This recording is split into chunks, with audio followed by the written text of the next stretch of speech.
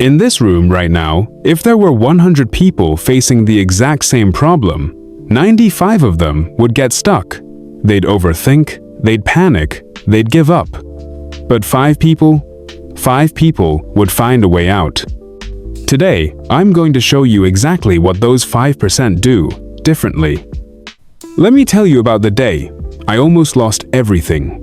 I was staring at a problem that seemed impossible to solve. My first instinct? Focus on everything that was going wrong. Sound familiar? That's exactly what 95% of us do. We get trapped in problem-focused thinking, and it paralyzes us. But here's what changed everything for me. I discovered that successful people don't think about problems the same way the rest of us do. They have a completely different mental framework. And in the next 20 minutes, I'm going to rewire how you approach every challenge in your life. First, we're going to diagnose exactly why 95% of people get stuck when problems arise. I'll show you the 3 mental traps that keep most people spinning their wheels. Then, I'm going to reveal the 7 core principles of solution-focused thinking that separate winners from everyone else. You'll get a complete toolkit that you can start using immediately. I'm talking about frameworks, techniques, and strategies that successful entrepreneurs, leaders, and problem solvers use every single day. And here's the best part. I want you to engage with this content. Drop a comment below, sharing your biggest current challenge, and I'll personally help you reframe it using these principles. So why do 95% of people fail when facing problems? It comes down to 3 critical mental traps. The first trap is problem focus fixation. When most people encounter a challenge, they become obsessed with the problem itself. They analyze it, dissect it, talk about it endlessly. But here's what neuroscience tells us. The more you focus on a problem, the bigger it becomes in your mind. Your brain has something called the reticular activating system. It's like a spotlight that illuminates whatever you're focusing on. When you're problem-focused, that spotlight keeps shining on everything that's wrong, everything that's not working. You literally train your brain to see more problems. Solution-focused people do the opposite. They acknowledge the problem exists, but immediately shift their mental spotlight to potential solutions, available resources, and possible outcomes. It's not about positive thinking, it's about strategic thinking. The second trap is emotional hijacking. When we're stressed or overwhelmed, our amygdala takes control. This is the ancient part of our brain designed for survival, not creative problem solving. Under stress, we default to fight, flight, or freeze responses. None of these help us think clearly. Think about the last time you faced a really difficult situation. What was your first reaction? If you're like most people, it was probably panic, frustration, or feeling overwhelmed. That's your amygdala talking, not your problem-solving brain. Successful people have learned to recognize this emotional hijacking and have strategies to quickly shift back into their prefrontal cortex, the part of the brain responsible for executive function and creative thinking. The third trap is perfectionism, paralysis. Most people get stuck because they're looking for the perfect solution. They want to solve the entire problem at once, with 0 risk and guaranteed success. This is impossible, and it leads to analysis paralysis. I've studied hundreds of successful entrepreneurs, and here's what they all have in common. They embrace the concept of good enough to get started. They understand that any action is better than perfect planning with no execution. Now let me share the 7 core principles that separate solution-focused winners from everyone else. Principle number 1, shift from why to how. This is about changing your language patterns. Instead of asking, why is this happening to me? Ask, how can I handle this? Instead of, why don't I have enough resources? Ask, how can I work with what I have? This might seem like a small change, but language shapes thought. When you ask why questions, you're looking backward for explanations. When you ask how questions, you're looking forward for solutions. Let me give you an example. Problem-focused thinking. Why am I always struggling with money? Solution-focused thinking. How can I increase my income this month? Do you feel the difference? One keeps you stuck in the problem, the other moves you toward action. Principle number 2, resource-oriented thinking. Most people focus on what they don't have. Successful people focus on what they do have. They take inventory of their assets, their skills, their connections, their time, even their problems as potential opportunities. Right now, pause and think about a challenge you're facing. Instead of listing everything you lack, write down everything you currently have that could help solve this problem. Your network, your experience, your unique perspective, your available time, even your motivation to change. These are all resources. I once met an entrepreneur who started $1 million business with just $50 and a laptop. When I asked him how, he said, "I didn't focus on what I didn't have. I focused on what I did have and figured out how to leverage it." Principle number 3, the small steps breakthrough method. Big goals overwhelm us. Small steps empower us. This is about breaking down any problem into the smallest possible actionable step you can take right now. Here's how this works in practice. Let's say you want to change careers, but feel overwhelmed by the entire process. The problem-focused approach would be to think about all the obstacles, all the unknowns, all the risks. The solution-focused approach would be to ask, what's the smallest step I can take today to move toward this goal? Maybe it's spending 15 minutes researching one company. Maybe it's updating one section of your resume. Maybe it's having one conversation with someone in your target field. The key is momentum. Small actions create confidence, and confidence creates bigger actions. Principle number 4, multiple perspective shifting.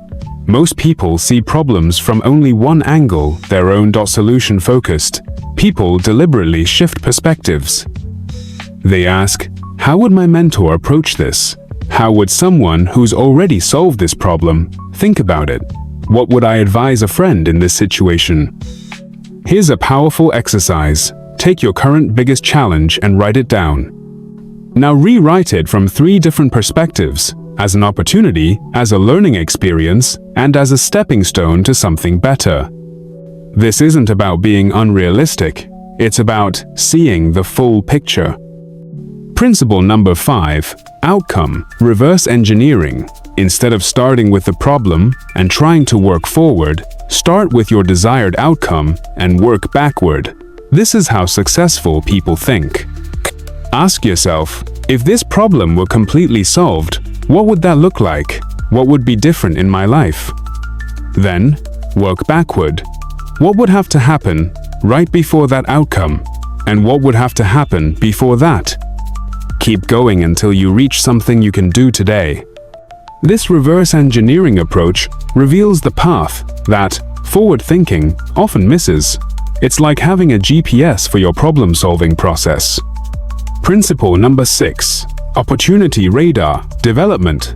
Every problem contains an opportunity, but most people never see it because they're not looking for it. Solution-focused people have trained themselves to automatically scan for possibilities within difficulties.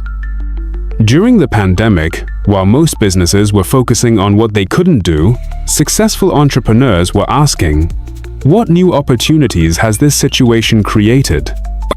They saw remote work trends, changing consumer behaviors, and new market needs. They turned crisis into opportunity because they were looking for it. Develop this habit. Every time you encounter a problem, immediately ask, what opportunity might be hidden in this situation? It might not be obvious at first, but train your brain to look for it. Principle number 7, continuous adjustment mindset. Solution-focused people don't expect their first solution to be perfect. They expect to adjust, iterate, and improve. They treat every solution as an experiment, not a final answer. This removes the pressure of having to get it right the first time. It also allows for rapid learning and improvement. When you approach problems with an experimental mindset, failure becomes feedback, not defeat. Now, let me give you 3 practical tools you can use immediately. First is the SODA framework. S stands for situation analysis. Get clear on what's actually happening, not what you think is happening. O is outcome definition. Be specific about what success looks like. D is decision options. Brainstorm at least 3 different approaches. A is action planning. Choose one option and create your first steps. Here's how to use it. Take any current challenge and spend 5 minutes on each letter. Situation. What exactly is the problem? Outcome. What exactly do you want instead? Decision. What are 3 ways you could approach this? Action. What's your first step? The second tool is the 5-minute solution generator. Set a timer for 5 minutes and brainstorm as many potential solutions as possible. Don't judge them, don't analyze them, just generate them. Quantity over quality at this stage. After 5 minutes, look at your list and ask, which of these could I test with the least risk and effort? That's your starting point. This exercise trains your brain to generate solutions quickly instead of getting stuck in analysis. The third tool is the difficulty level assessment. System. Not all problems are created equal. Rate your challenge from 1 to 10 based on complexity, urgency, and available resources. Problems rated 1 to 3 should be handled immediately. 4 to 6 need planning, but can be solved with current resources. 7 to 10 require additional help, learning, or resources. This prevents you from treating every problem like a crisis and helps you allocate your mental energy appropriately. Let me share 3 common traps that even solution-focused people fall into, and how to avoid them. Trap number 1 is analysis paralysis. This happens when you get so caught up in planning and researching that you never actually take action. The solution is to set decision deadlines. Give yourself a specific amount of time to gather information, then make a decision with what you have. Remember, a good decision made quickly is often better than a perfect decision made too late. Set a timer, gather your information, then decide and act. Trap number 2 is solution dependency. This is when you become too reliant on others to solve your problems. While seeking advice and help is important, you need to maintain your own problem-solving muscles. Before asking for help, spend time working through the problem yourself. First, use the frameworks I've shared, generate your own options. Then, seek input to refine your thinking, not to replace it. Trap number 3 is short-term thinking. This happens when you focus only on immediate relief instead of long-term solutions. Quick fixes often create bigger problems later. Always ask yourself, will this solution still be working 6 months from now? What are the potential unintended consequences? This helps ensure your solutions are sustainable. Let me share some real success stories to show you these principles in action. Sarah was a marketing manager who felt stuck in her career. Instead of focusing on what was wrong with her current job, she used solution-focused thinking. She identified her transferable skills, researched growth industries, and started a side project to build experience. Within 8 months, she landed her dream job at a tech startup. The key was shifting from complaining about her situation to creating her way out of it. Mike's small business was struggling financially. Instead of panicking about what he couldn't afford, he focused on available resources. He partnered with complementary businesses, leveraged social media for free marketing, and restructured his services based on customer feedback. His revenue doubled in 6 months because he worked with what he had instead of waiting for what he didn't have. Jennifer was dealing with a difficult relationship situation. Instead of trying to change the other person, she focused on what she could control, her own responses and boundaries. She used the multiple perspective technique to understand the situation better and the small steps approach to gradually improve the dynamic. The relationship transformed because she changed her approach. Let me summarize the key points that can transform how you handle any challenge. The core insight is this: your focus determines your reality. 95% of people focus on problems and get more problems. 5% focus on solutions and get more solutions. It's a choice you make every single day. The critical shift is moving from victim mentality to creator mentality. Victims ask, why me? Creators ask, how can I? Victims focus on what's wrong. Creators focus on what's possible. Here's your immediate action step. Choose one problem you're currently facing and apply the SOTA framework right now. Don't wait until tomorrow. Don't wait until you have more information. Take 20 minutes today and work through it. Remember, this isn't a one-time technique. It's a way of thinking that requires practice. The more you use these principles, the more natural they become. Eventually, solution-focused thinking becomes your default mode. Now, I want to hear from you. In the comments below, share the biggest challenge you're facing right now. I'll personally help you reframe it using these solution-focused principles.